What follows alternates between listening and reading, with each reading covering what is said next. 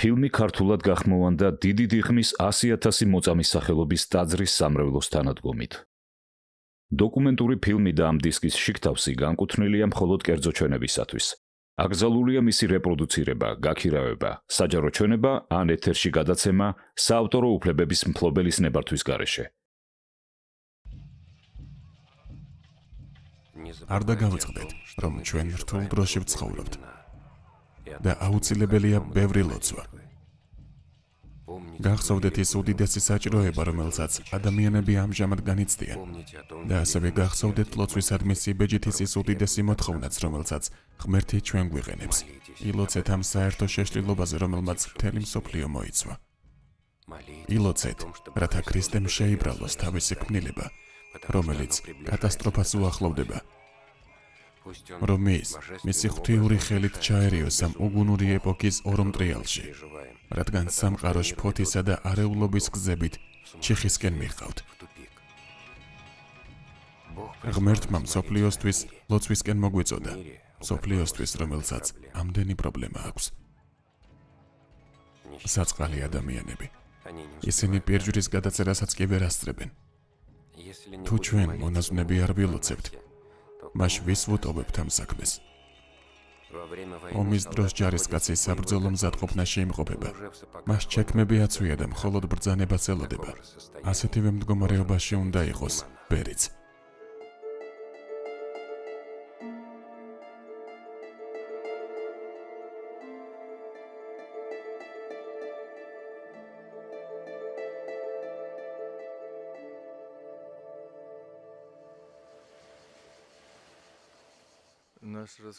უდიდესი ბერდიდის, პაისი მთაწმინდელის შესახებ ჩვენი თხრობა დასასრულს უახლოვდება.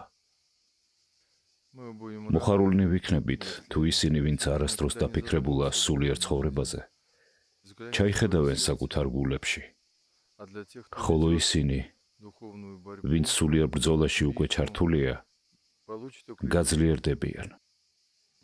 ღმერთო, გვაკურთხე.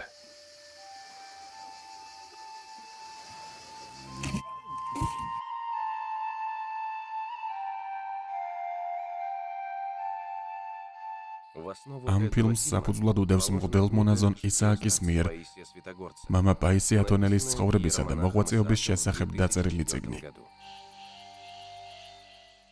ფილმში ასევე ჩართულია მრავალი ადამიანის მოწმობა, რომელთაც უცხოვრიათ მამა პაისისთან და პირადად შეხვედრიან მას. თქვენ მოისმენთ თავად მამა პაისი მთაწმინდელის ტექსტების ფრაგმენტებს და ნახავთ ადგილებს, სადაც ის ცხოვრობდა.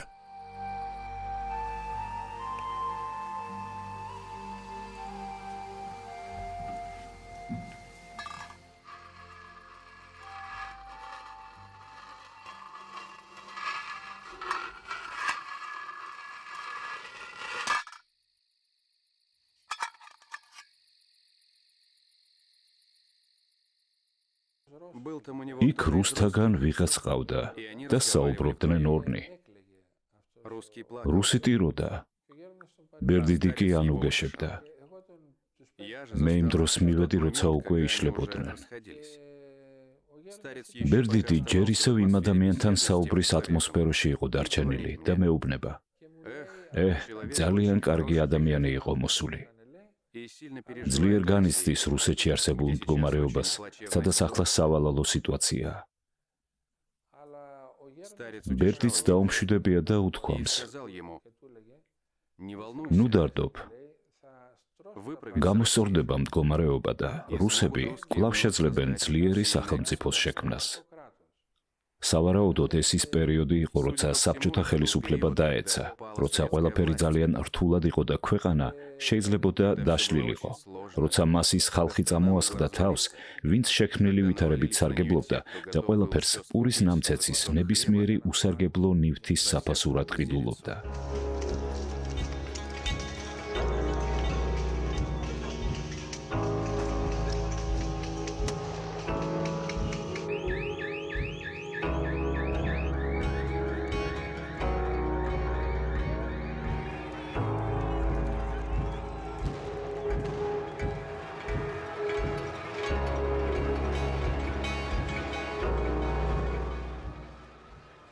ასევე ამბობდა, რომ საბერძნეთი დაშლის პირას მივიდოდა, რასაც ამჟამად განვიცდით. ბევრს არ აწყობს, რომ საბერძნეთი არსებობდეს. მტრებს ჩვენი გაგლეჯვა, მეგობრებს კი დაქვემდებარება სურთ. მაგრამ არ ღირს ნერვიულობა. ადამიანებს თავისი გეგმები აქვთ, ღმერთს კი თავისი. ბოლოს და ბოლოს ამბობდა ბერდიდი. ამა ქვეყნის ძლიერთა ინტერესები ისე დალაგდება, რომ აქეთ დაგვეხმარებიან. ისინი ომებენ ერთმანეთში, მაგრამ ვერც ერთი გაიმარჯვებს და საბოლოოდ არც ერთს რომ არ დარჩეს, კონსტანტინოპოლს საბერძნეთს დაუბრუნებენ. ასე და ამგვარად შევა ბერძნული ჯარი კონსტანტინოპოლში უომრად და მას ჩვენ გადმოგცემენ.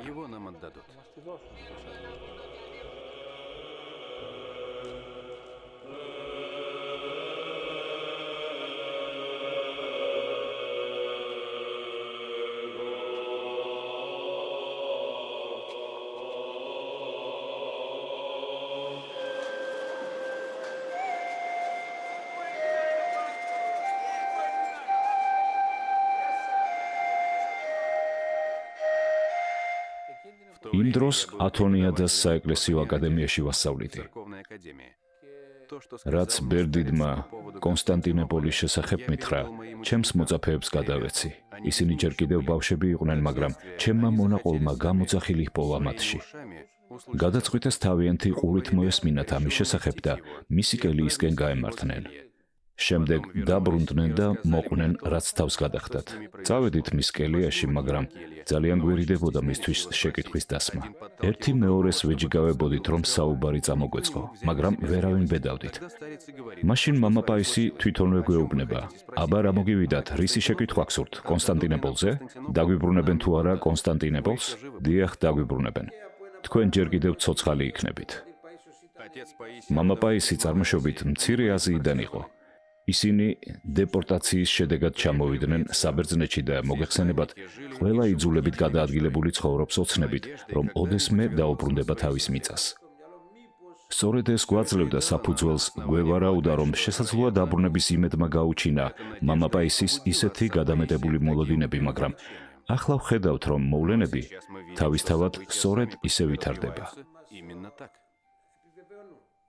მე მჯერა ამის, რაოდენ არარეალურადაც არ უნდა მოჩანდეს ეს მოცემულ მომენტში, ვინაიდან მან მე უამრავი მოვლენა მიწინასწარმეტყველა, რომელიც ჩემს პირად ცხოვრებას ეხებოდა. მაგალითად მითხრა, რომ დავქორწინდებოდი და 3 შვილი მეყოლებოდა. მართლაც ჩვენ 3 შვილი შეგვეძინა, თუმცა იყო მომენტი, როდესაც გვეუბნებოდნენ, რომ ერთ შვილზე მეტის ყოლას ვერ შევძლებდით. სასწაულებრივად განვითარდა მთელი ეს სიტუაცია და აი მეც მეფიქრება, რომ თუ ჩემს უმნიშვნელო ცხოვრებაში მან იმდენად პატარა დეტალები განჭვრიტა, ნუ თუ იმ მნიშვნელოვან მოვლენებს ვერ განჭვრეტდა, რომელიც მთელ სოფლიო ეკლესიასა და ჩვენს სამშობლოს ეხება.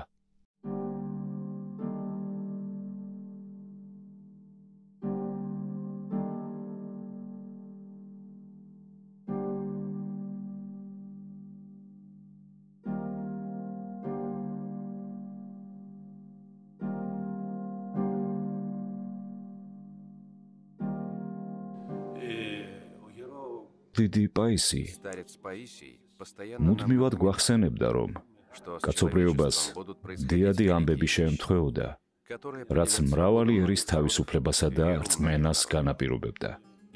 მან ასევე იწინასწარმეტყველა კვიპროსის განთავისუფლება, რასაც ყველანი მოუთმენლად ველოდებით.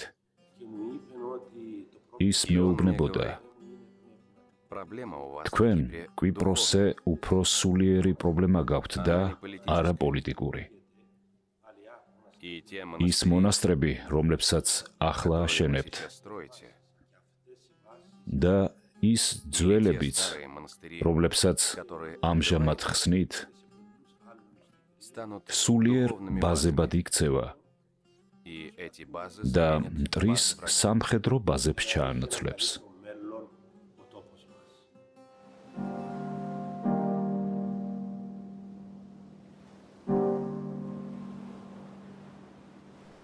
მსოფლიოს ბედი რამდენიმე ადამიანზეა დამოკიდებული, მაგრამ ღმერთს ჯერ კიდევ უჭირავს მოხრუჭი. ჩვენ ბევრი და გულდასმით ლოცვა გვჭირდება, რომ ღმერთი ჩაერიოს იმაში, რაც ხდება.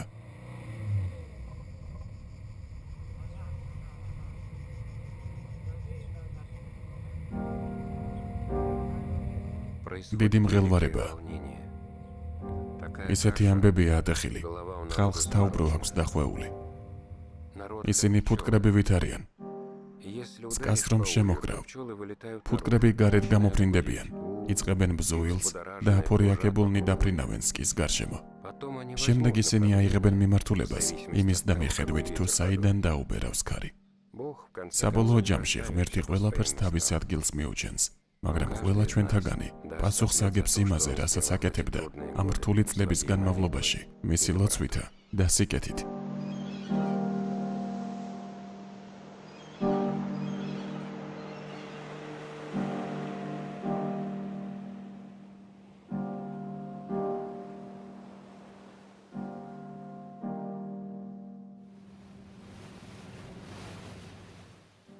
ყველაფერი ჭვარტლით, მტვერითა და გულგრილობითაა დაფარული. ძლიერი დაბერვაა საჭირო, რომ სისუფთავემ დაისადგუროს. მნიშვნელოვანია ითქვას, რომ ჩემი მასთან პირველი შეხვედრისას მან ისიც კი მითხრა, თუ როგორ გარდავიცვლები. რამაც შემძრა, თუმცა სახალხოდ ამას ვერ მოყვები. მას უნდოდა ჩემი მომზადება იმ ხვედრისთვის, რაც მომელის.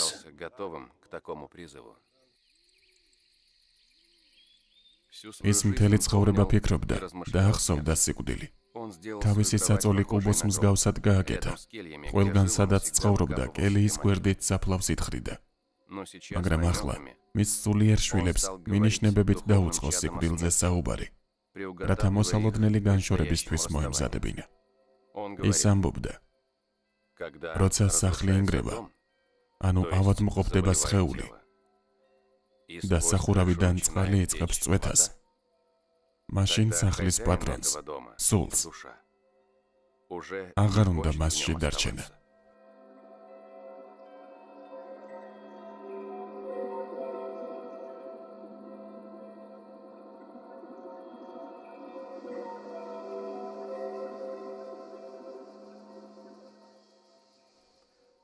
მან მოამზადა დაპრესილი ჯვრები, ხატები და დაწერა წერილი, რომელშიც ითხოვდა, რომ მისი გარდაცვალების შემდეგ ისინი ხალხისთვის დაერიგებინათ, როგორც კურთხევა, რათა მათ ელოცათ მისი სულის ცხონებისთვის.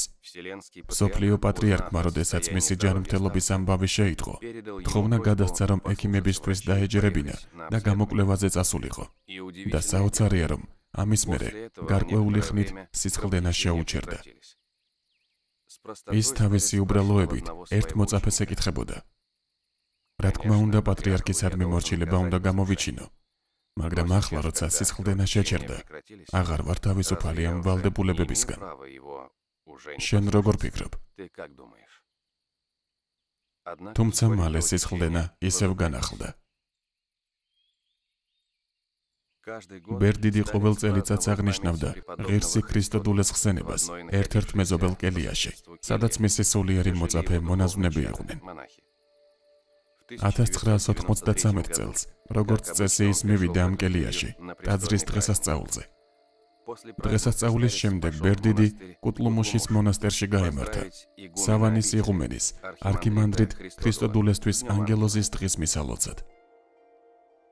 მეორე დღეს, 1993 წლის 22 ოქტომბერს, ბერდიდმა დატოვა წმინდამთა, როგორც ბოლო წლებში ჰქონდა წესად, რათა ღირსი არსენი კაპადოკიელის ხსენების დღეს სუროტის მონასტერში შეხვედროდა.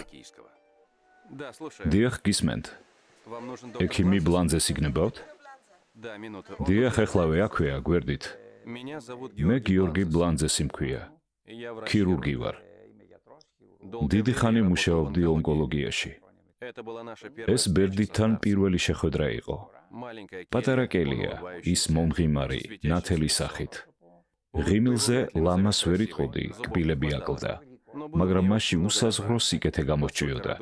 საოცრად გულღია და გასხიოსნებული სახე ჰქონდა.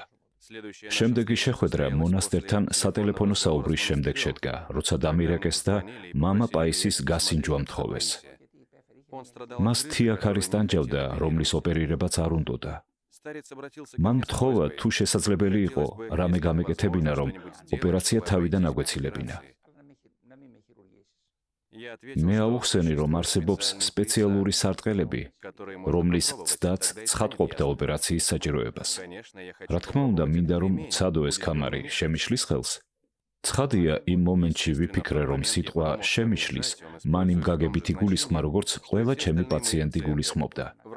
ექიმო, ეს ხელს მიშლის, შეიძლება სხვა რამის გაკეთება და ასე შემდეგ. გაუკეთეთ ქამარი და მოულოდნელად მეტანიების კეთება დაიწყო. პირდაპირ მიწას განერთხა. შემდეგ მომღიმარი წამოხდა და ამბობს. აი, საერთოდ არ მიშლის. ავიღებ ამ ქამარს. მაშინ მივხვდი, რა ხელი შეშლასაც გულისხმობდა. არა იმას, რასაც ჩვეულებრივ სხვები. არ ვიცი, ალბათ ღირს სწორედ ამ თემასთან კავშირში გავიხსენო ის დღე, როდესაც ბოლოჯერ მომიწია ნახვა. მან დამიძახა და მითხრა, რომ დრო იყო დაგვესრულებინა ყოველგვარი მკურნალობა, რომ ღმერთთან მარტო დარჩენა სურდა. ჩემთვის რისი გაკეთებაც მოასწრეს, სრულიად საკმარისია. რა მოხდა? ვკითხე მე. არ შემიძლია, მინდოდა მუხლმოყრები გამეკეთებინა და უკვე ვეღარ შევძელი. განა ეს უკვე ის მომენტი არაა, როცა ღმერთთან წასვლის დრო მოვიდა. აი ასე ჩვენი გაცნობის თემა ფიგურალურადაც და კონკრეტულადაც მუხლმოყრები გახდა და ასევე დავემშვიდობეთ ერთმანეთს.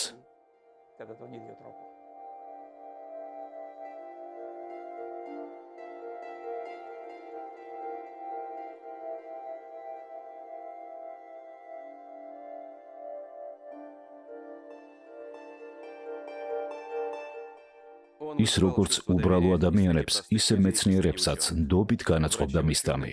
ექიმი მეცნიერები, რომლებიც მას მკურნალობდნენ, როგორც თავად ირწმუნებოდნენ, აღტაცებულნი იყვნენ მისით. ეს იყო ადამიანი, რომელიც ღვთის სიყვარულისთვის იტანჯებოდა. აი სწორედ ამაზე ვსაუბრობთ. ჩვენთვის ეს უფრორე სიტყვებია, ტკივილი კი ეს ძალიან რთულია.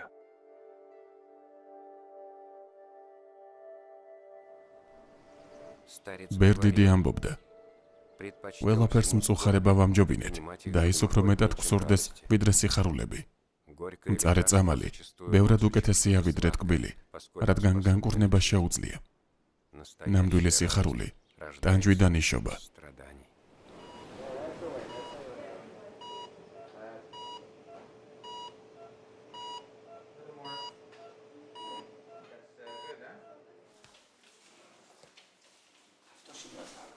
დიახ, ეს სწორედ ის პალატაა, რომელშიც ის იწვა. თუ შეიძლება არ დახუროთ, კარი გადაღება გვინდა. გავიგე, რომ ავად იყო. მსხვილი ნაწლავის კიბო ჰქონდა. რეანიმაციიდან ჩვეულებრივ პალატაში გადავიყვანეთ. მე მის გვერდით ვიყავი, როგორც მისი ექიმი, მისი ქირურგი. რაღაც მომენტში ღვთისმშობელზე ვსაუბრობდით. იერუსალიმის ღვთისმშობლის ხატი მუდამ ახლოს ჰქონდა.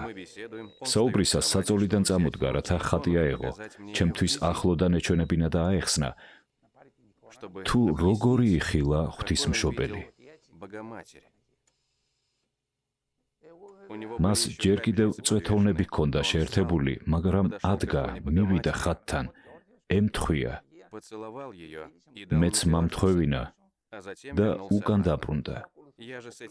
მე კი წვეთოვნებით დავყვებოდი. გეგონებოდა ტკივილი სულ არ აწუხებს. თითქოს მის თავს არაფერი ხდებაო. ეს საოცარი გამოცდილება იყო ჩემთვის. ახლა უცებ გამახსენდა ეს.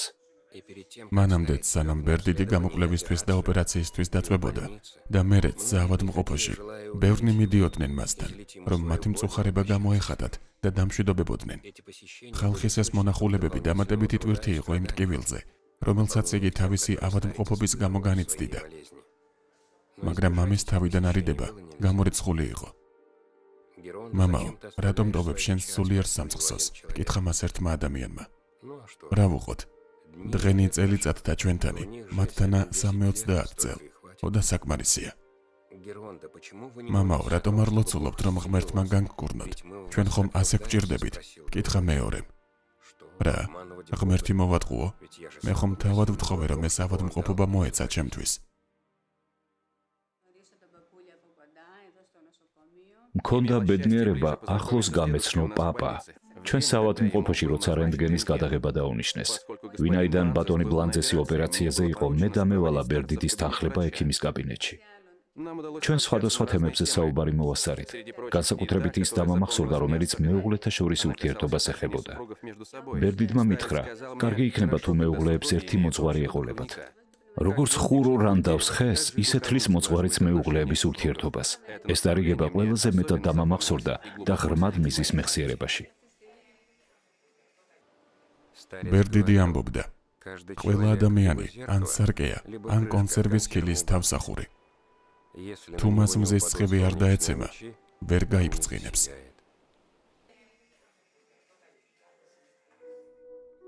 მოდიან ადამიანები, თავიანთ განსაცდელებზე მესაუბრებიან და პირი მიმწარდება, თითქოს მწარე ხახვი მეჭამოს.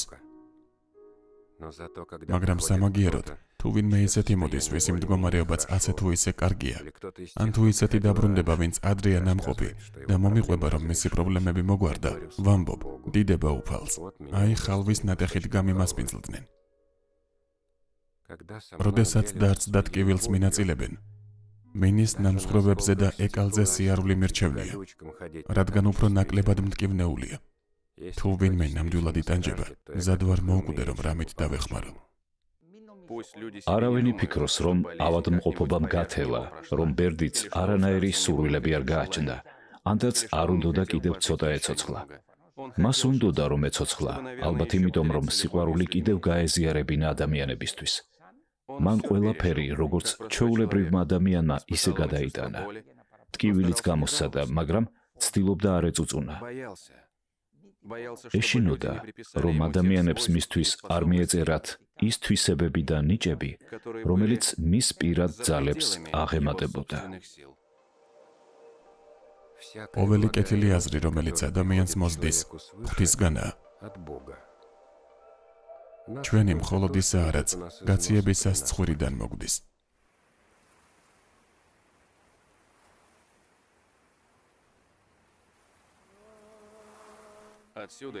ჩვენი ქალაქიდან ორი ავტობუსი სავსე ხალხი შევიკრიბეთ, რათა მამა პაისისთან კურთხევის ასაღებად წავსულიყავით. და საბოლოო ჯამში მასთან მოხვედრა მაშინ მოგვიწია, როდესაც მძიმედ იყო ავად და მკურნალობას სუროტის დედათა მონასტერში გადიოდა. ჩემი მეგობარი გულით ლოცულობდა, რომ ენახა ბერდიდი, რადგან სერიოზული პრობლემები ჰქონდა. მონასტრის მონაზონი წავიდა, მაგრამ მალევე დაბრუნდა და თქვა, რომ სამწუხაროდ ბერდიდი თავს ცუდად გრძნობდა. მისი მდგომარეობა ნამდვილად ძალიან მძიმე იყო და მათ მიღებას ვერ შეძლებდა. იმ მომენტში, როგორც ჩემმა მეგობარმა მიამბო, მოხდა რაღაც, რამაც ის შეძრა. ცაზე, ზუსტად ეკლესიის თავზე, ბერდიდი დაინახა, რომელიც მათ ლოცვა-კურთხევას უგზავნიდა. იმ მომენტში მან მეტყველების უნარი დაკარგა. ბერდიდი თითქოს ცაში დაფრინავდა, ზუსტად ეკლესიის თავს დასტრიალებდა. როდესაც ავტობუსში ჩავჯექით, ვიღაც მომლოცველი ქალბატონები ხალხს ეუბნებოდნენ. თქვენც დაინახეთ ბერდიდი, ჩვენ დავინახეთ. ზუსტად ეკლესიის თავზე იყო და გლოცავდა. და მაშინ მივხვდი, რომ მარტო მე არ დამინახავს.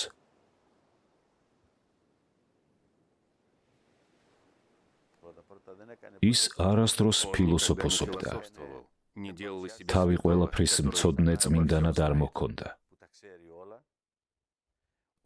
პირველ რიგში ის თავის თავზე გამოსცდიდა და მხოლოდ შემდეგ გააზიარებდა საკუთარ გამოცდილებას.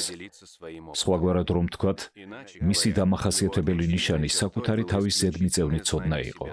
მან იცოდა, რას წარმოადგენდა და რით შეეძლო დახმარებოდა ადამიანებს. მღვდელმონაზონი ისააკის წიგნიდან ბერდიდ პაისი მთაწმინდელის ცხოვრება. თავი მე-13, ავადმყოფობა და ნეტარი აღსასრული. ცხოვრებაში ბოლოჯერ ბერდიდი 11 ივლისს წმინდა დიდმოწამე ეფემიას ხსენების დღეს ეზიარა. ის კელიაში საწოლზე მუხლებზე მდგომი ეზიარა, რადგან ტაძარში წასვლა უკვე აღარ შეეძლო. მან შეწყვიტა ხალხის მიღება, იცოდა რა მოახლოებული აღსასრულის შესახებ. კელიაში მონასტრის დების შესვლაც კი აღარ სურდა. როდესაც რამე სჭირდებოდა, კედელზე აკაკუნებდა და მის მომვლელ დას ეძახდა. მას მარტო ყოფნა სურდა, რათა მოუკლებლად ელოცა და ამ ცხოვრებიდან გასვლისთვის უკეთ მომზადებულიყო. ბუნებრივ ადამიანურ მოთხოვნილებებს ის ბოლომდე თვითონ იკმაყოფილებდა. წარმოუდგენელი ტკივილები ჰქონდა, თუმცა მაინც სიხარულევანი და მშვიდი რჩებოდა. მისი ბოლო ღამე მოწამეობრივი იყო. გაუსაძლისი ტკივილისას ღვთისმშობელს მოუხმო. ჩემო ტკბილო ღვთისმშობელო, ამბობდა ის. შემდეგ გონება დაკარგა და დაახლოებით 2 საათი უგრძნობოდიყო. გონს რომ მოვიდა, მიმკრალი ხმით წარმოსთქვა.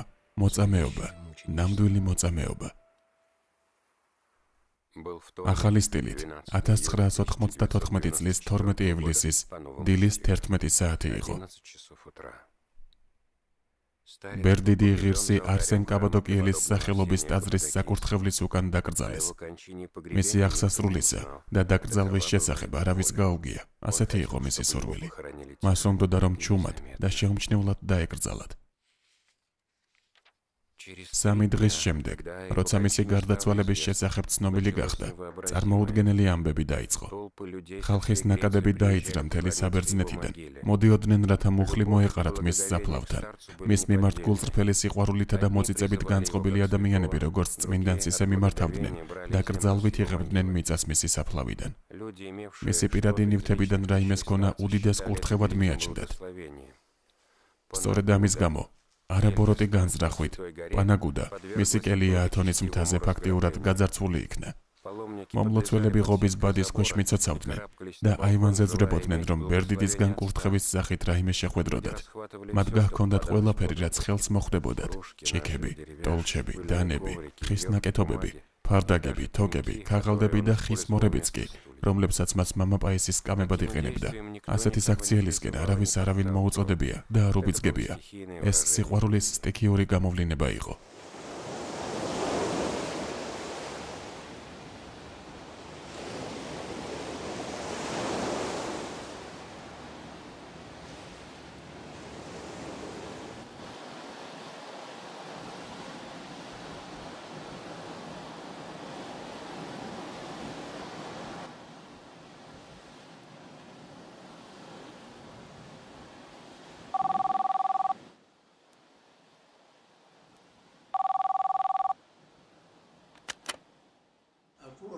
ჩემმა ვაჟმა ფილიპმა დარეკა და მეუბნება,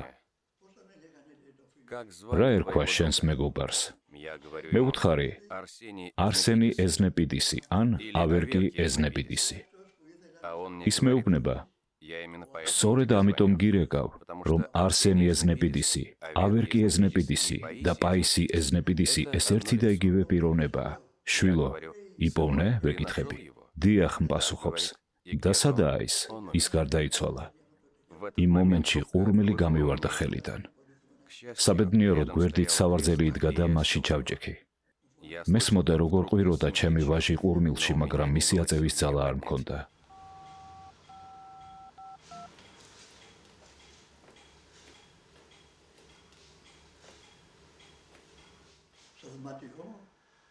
დღის 12 საათი იყო. დღის 12 საათიდან ღამის 12 საათამდე გაუჩერებლად ვტიროდი.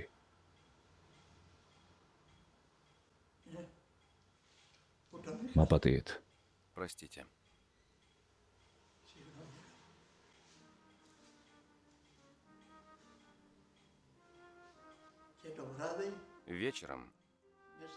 სადღაც პირველის ნახევრისკენ კეთილსურნელება ვიგრძენი.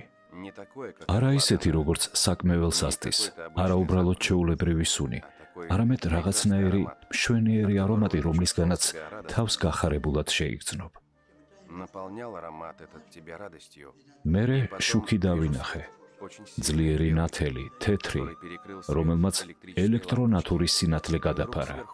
და შემდეგ ვხედავ, რომ ზემოთ ის გამოისახა. ნახევრად მრგვალი ღრუბელი გამოჩნდა, რომელსაც წმინდა არსენი და პაისი ისხდნენ. და პაისი მეუბნება, რატომ სტირი? მეუპასუხე, იმიტომ რომ ამდენი წელი გეძებდი და ვერ გიპოვე. ის კი მეუბნება, აი ხომ მოვედი, ნუ სტირი. მოვედი, მაგრამ მოვედი რომ შენი მეუღლე პართენოპა წავიყვანო. მე ვეუბნები, დატოვე პართენოპა, მე წამიყვანე, რადგან ძალიან მტკივა. ის კი პასუხობს, მე შენ სიცოცხლის ბოლომდე არ დაგტოვებ. მე დავდექი ლოგინზე, რათა ღრუბელს მოვჭიდებოდი. მაგრამ ღრუბელი ზემოთ მიიწევდა და რაღაც მომენტში შუქიც გაქრა და ღრუბელიც. მხოლოდ კეთილსურნელება დარჩა. მერე აქ ტაძარში მოვედი და აქ მყოფ იღუმენს უამბე.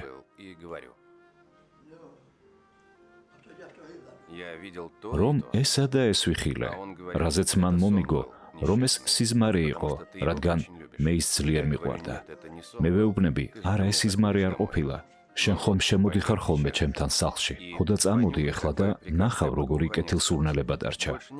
სხვაგან ვერსად იგრძნობ. კეთილი მითხრა, წავიდეთ. როცა ის ღრუბელი დავინახე, მაგის მერე მეორე დღეს ბაზარში უნდა შემევლო. აქვე ზღვის პირას. ავდივარ ბაზარში და იქ ერთი ქალი იყო, რომელიც ჯერ კიდევ ცოცხალია და ახსოვს ეს ამბავი. პანაიოტა ჰქვია. მას ძალიან უყვარდა ჩემი ცოლი. ბიძაშვი მამიდაშვილები იყვნენ. ვიკითხე, სად არის თქო პანაიოტა? ის შიგნით იყო. დაუძახე და ვეუბნები. პანაიოტა, მოდი აქ, დღეს პართენოპა გარდაიცვლება. უთხარი და წავედი. 10-15 მეტრი არ ქონდა გავლილი რომ მომაწახა. ბატონო ძეკოს, მე სერიოზული ადამიანი მეგონეთ, მაგრამ არ ყოფილხართ. კეთილი, ნახოთ. და მართლაც იმ დღეს შუადღის 2 საათზე პართენოპა გულის შეტევით გარდაიცვალა. ბერდიდი პაისი მისი გარდაცვალების შემდეგ მე პირადად არ მინახავს. როგორც ჩემს მეუღლეს. ის მას მუდმივად ესაუბრება. მე ის მხოლოდ ერთხელ ვიხილე. სადღაც 1 ან 2 წლის წინათ, ზუსტად არ მახსოვს. ვიხილე, როგორ აიღო კვართი და წავიდა. ჩემგან შორს მიდიოდა, დავეწიე და უთხარი. ძმაო პაისი, რადგან სწორედ ასე მიმართავდით ერთმანეთს. რატომ ხარ ასე ნაწყენი? როგორ არ ვიქნები? შენ რა ვერ ხედავ რეებს წერენ ჩემზე? ვერ ხედავ რეებს წერენ წიგნებში? რაც მოუნდებათ იმას წერენ.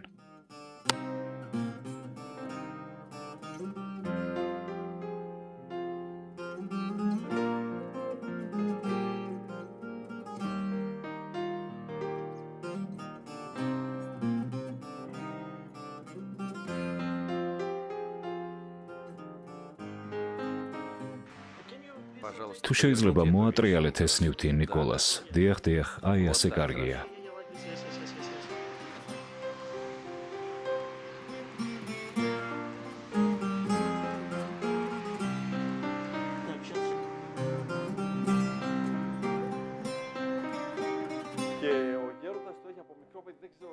და მამა პაისის ეს 8-9 წლიდან ჰქონდა.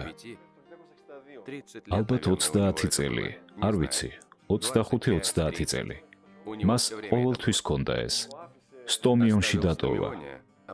მერე ეს ერთმა ბერმა მომცა, ლოცვა კურთხევის ნიშნად. დიახ, ეს მან, თავად მან მომცა. მას უამრავ რამეს სთხოვდნენ და რასაც სთხოვდნენ, იგი დიდი სიყვარულით აძლევდა ყველას, როგორც კურთხევას. თავისთვის არაფერი რჩებოდა. პატიოსანი ჯვრის კელიაში ხრელი იყო, რომელშიც ბერდიდი ამ ქვას დებდა, რადგან გველები ძრებოდნენ ხოლმე.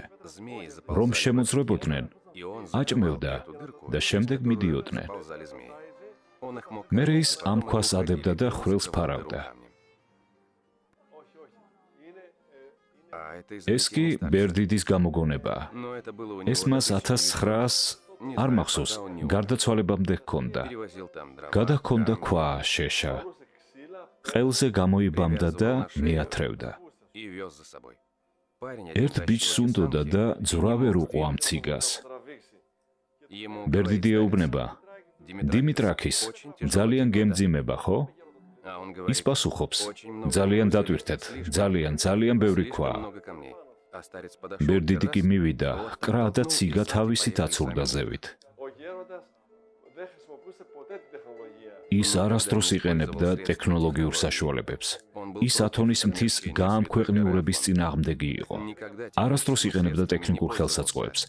ლურსმანიც კი არასდროს ჩაუხრეტია კედელში.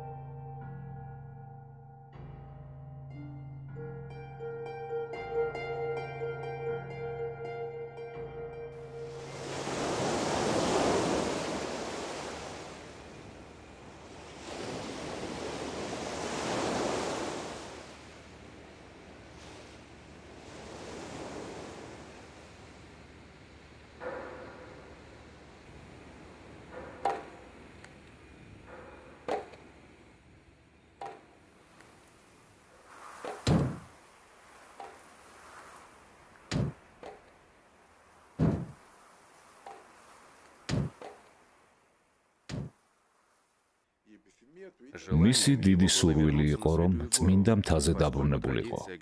ტრადიციის მიხედვით, სიკვდილის პირას მყოფი ყველა ათონელი უნდა დაბრუნდეს, ანუ დაიკრძალოს წმინდა მთაზე. მამა პაისის შემთხვევაში ასე არ მოხდა, თუმცა კი მისი სურვილი ასეთი იყო. როცა მისი მდგომარეობა ძლიერ დამძიმდა, წმინდა მთაზე დაბრუნება უკვე შეუძლებელი იყო. მხოლოდ ერთი გზა რჩებოდა, მისი ვერტმფრენით გადაყვანა, რაც მას ცხადი არ სურდა. სიცოცხლის ბოლო დღეებშიც თქვა, რომ იქ სუროტის მონასტერში დაიკრძალებოდა და მითითებებიც მისცა. თუ სად, რომელ ადგილას, რა სიღრმის უნდა ყოფილიყო საფლავი და როგორ უნდა ჩატარებულიყო ყველაფერი. ეპიტაფიაც კი დაწერა, რომელიც ახლა მის საფლავზეა. ასევე დაიბარა, რომ მისი ნაწილების ექსჰუმაცია არ მოეხდინათ. ასე აღმოჩნდა მამა პაისი დაკრძალული სუროტიში. იქვე დარჩება კიდეც. მისი საფლავი უბრალოა, ზემოდან მხოლოდ ქვიშაა. რა თქმა უნდა, მას შემდეგ, ანუ 1994 წლიდან მოყოლებული საბერძნეთის ყველაზე დიდი მომლოცველობითი მოძრაობა მამა პაისის საფლავს უკავშირდება. საოცარია, რომ წელიწადის ყველა დროს, ზამთარში თუ ზაფხულში, გაზაფხულზე თუ შემოდგომაზე, ყოველდღე ასობით ადამიანი იკრიბება მის საფლავთან. ყოველივე ეს ადასტურებს, რომ საზოგადოებას ეჭვი-არ-ეპარება მის სიწმინდეში. მამა პაისი სუპერწმინდანი იყო. ამბობენ, რომ წელს 80,000 მომლოცველი მოვიდა მისი ხსენების დღეს. როცა სუროტიში მივდივართ, 4-5 ავტობუსი გვჭირდება. ყველას, ვისაც სწამს მიდის, მამა პაისისთან მიდიან.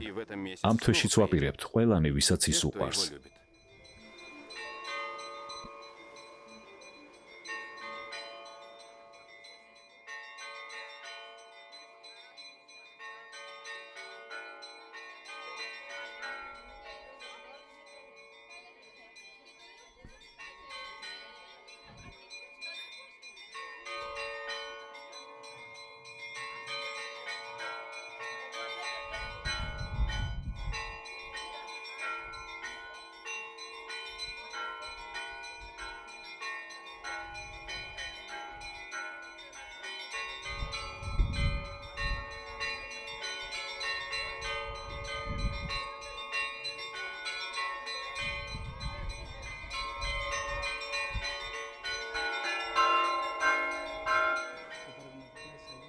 ის იყო ადამიანი, რომელმაც ნამდვილად მიიყვანა მრავალი ადამიანი ქრისტესთან.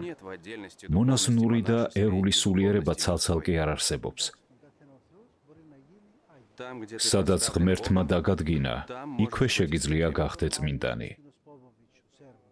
როგორც წმინდა სერბი იუსტინე პოპოვიჩი ამბობდა, თუ მასწავლებელი ხარ, წმინდა მასწავლებელი იყავი. თუ ხელოსანი ხარ, წმინდა ხელოსანი იყავი. თუ ბერი ხარ, წმინდა ბერი იყავი და თუ ჟურნალისტი ხარ, წმინდა ჟურნალისტი იყავი. Ახლაც ვხედავთ, თუ როგორ აგროვებს ღმერთი ხალხს პერსონალური მოსაწვევებით. ისე როგორც სამხედრო სავალდებულო წვევამდელებს ურიგებენ ომის წინ.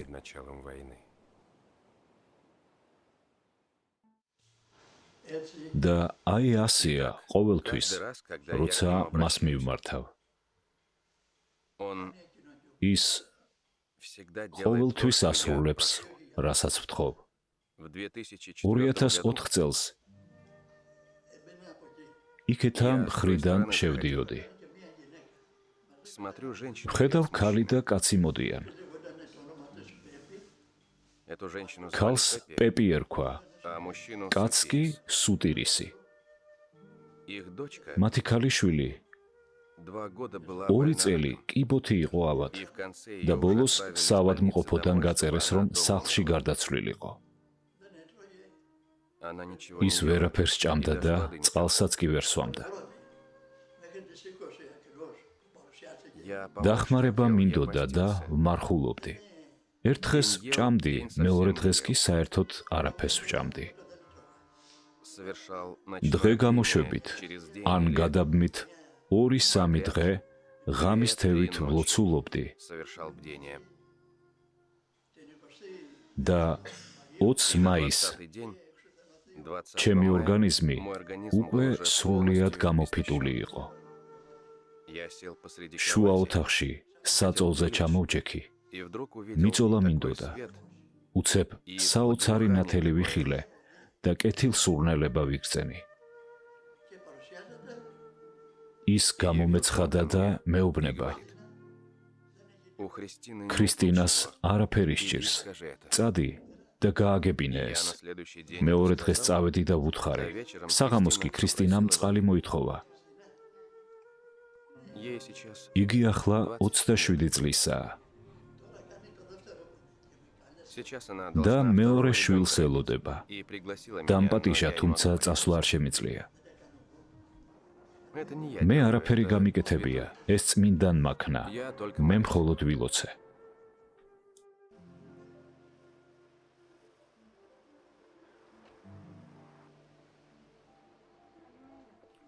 დღემშვიდობისა. მითხარით გეთაყვა, როგორ წავიდე სუროტისკენ? მონასტერში გნებავთ? ბერდით პაისისთან? მეუღლესთან ერთად ვიყავით მამა პაისის საფლავის მოსალოცად. როგორც უკვე გითხარით, ბერდიდი ძალიან ძლიერად საკუთარ მამაზე მეტად მიყვარს. იმდენად ახლობელი ადამიანია. ის სულ ჩვენ სახლშია, მისი მყოფობა აშკარაა. როცა მის საფლავზე წავედით, დილა ადრიანი იყო და ცოტა წვიმაცრიდა. ხალხი არ იყო. გაგვიღეს და ველოდით. მონასტრის დებმა ყავა შემოგთავაზეს. უკვე წასვლას ვაპირებდი და კიდევ ერთხელ მივედი საფლავთან. დავიჩოქე და ვიფიქრე, რადგან არავინ არის. ვისარგებლებ საფლავის კანდელიდან ცოტა ზეც ამოვიღებ და იმ ნაწილებზე ვიცხებ მეთქი, რომლებიც მაწუხებს. კანდელში თითი რომ ჩავყავი, შემთხვევით ფითილსაც შევეხე. ჩაიძირა და ჩაქრა. ამის გამო პანიკა მომიცვა. რა ვქნა, მე ხომ მისი კანდელი ჩავაქრე. შევტრიალდი, რომ კანდელისთვის შემეხედა და უცებ შხაკუნი შემომესმა. კანდელი აინთო. იმ მომენტში ეჭვი შემეპარა. იქნებ რამე მექანიზმი აქვთ თქო, რათა არ ზუსტად ასე ვიფიქრე. უცებ ტირილი დავიწყე, მის მყოფობას ვგრძნობდი.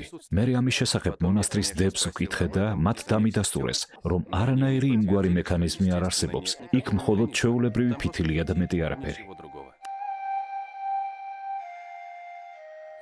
შეწყდა მიწიერ ცხოვრების უკანასკნელი სუნთქვა. და ვხედავ მფარველ ანგელოზს, უფლის წინაშე მლოცველს. მესმის ჩემს გასამართლებლად ჩემი წმინდანის სულთქმაც. ითხოვენ სულის ხსნისათვის. ნათელს იმედის მომცემს. იქ სადაც მარიამია, ღვთისმშობელია წმინდა. ბერი პაისი მთაწმინდელი.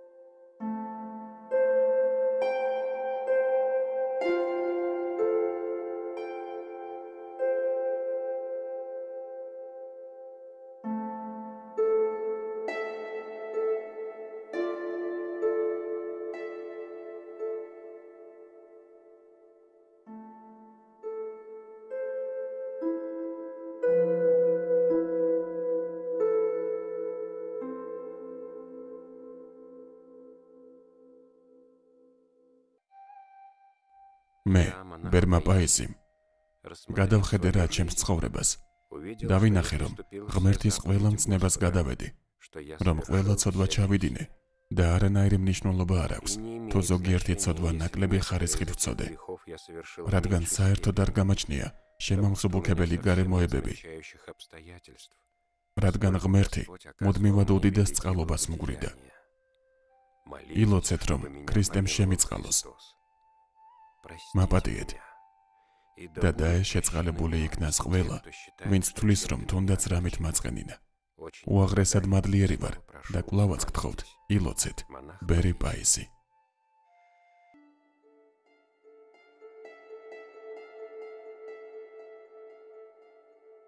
ჩემი თქვენდამი სიყვარული კი საბედნიეროდ სულიერი სახისაა, ანგელოზებრივი.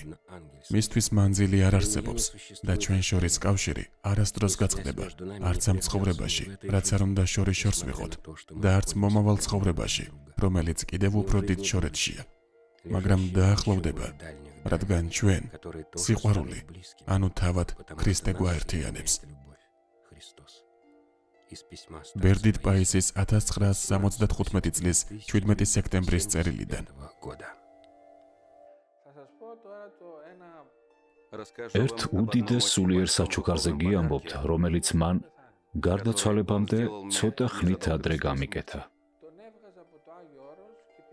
ხანდახან წმინდა მთიდან სუროტიში მიმყავდა ხოლმე. მანძილი 2-3 საათს შეადგენდა. სulis სიჩქარის გათვალისწინებით. გზაში ყოველთვის ვსაუბრობდით, განვიხილავდით სხვადასხვა საკითხებს. რაღაც მომენტში ერთხელ ვკითხე: მამაო, ღმერთი როგორია ის? მიამბე რამე მასზე, რანაირია? რა ვკითხე? მე ვთხოვე, რომ ეთქვა ჩემთვის რამე სულ მცირედი, თუ როგორია ღმერთი. მან კი საერთოდ არაფერი მიპასუხა, მხოლოდ თავი ჩახარა და ლოცვა დაიწყო. დიდხანს არ ულოცია, ალბათ წუთზე ნაკლები. უცბად მოულოდნელად, თითქოს ცა განიხვნაო, ჩემი სული გადაიხსნა. მანქანას ვმართავდი, მაღლობი ადგილი იყო, სერპანტინი. მოულოდნელად ღმერთის შეგრძნება დავიწყე. მანქანაში, ბორცვზე, ვარსკვლავებში, მთელს გალაქტიკაში, ყველგან შევიგრძნობდი ღმერთს. ადრე ყველაფერზე ვწუხდი, რაც ჩვენს ირგვლივ სამყაროში ხდებოდა. განვიცდიდი, რა და როგორ იქნებოდა ჩვენს თავს. იმ მომენტში კი მივხვდი, რომ ეს ყველაფერი ღმერთის ხელშია. არაფერი, ერთი პატარა ფოთოლიც კი არ შეტოქდება ღმერთის ნების გარეშე. მივხვდი, თუ რით უნდა ვიყოთ აქ პირველ რიგში აღტაცებულნი. ამდენი წელი გავიდა და სულ ამას ვეკითხები ჩემს თავს. ვინ იყო ეს ბერი? რა კადნიერება ჰქონდა ასეთი ღვთის წინაშე, რომ ერთი მოკლე ლოცვით ასეთი საჩუქრების გაკეთება შეეძლო? რთულია წმინდანებზე საუბარი. თავადაც წმინდა ადამიანი უნდა იყო, რომ სიწმინდაზე ისაუბრო. ადამიანი თავადაც უნდა ფლობდეს საღვთო მადლის თუნდაც მცირე გამოცდილებას. თუ ამგვარი გამოცდილება არ არის, მაშინ ასეთი რამეები ყოველთვის სრულიად უცნაურად და არაჩვეულებრივად წარმოჩინდება და აღქმული იქნება როგორც რაღაც გაზვიადებული. პირადად მე კი მიმაჩნია, რომ ყველაფერი რისი მოყოლაც მოვასწარი მხოლოდ ძალიან მცირედი ნაწილია.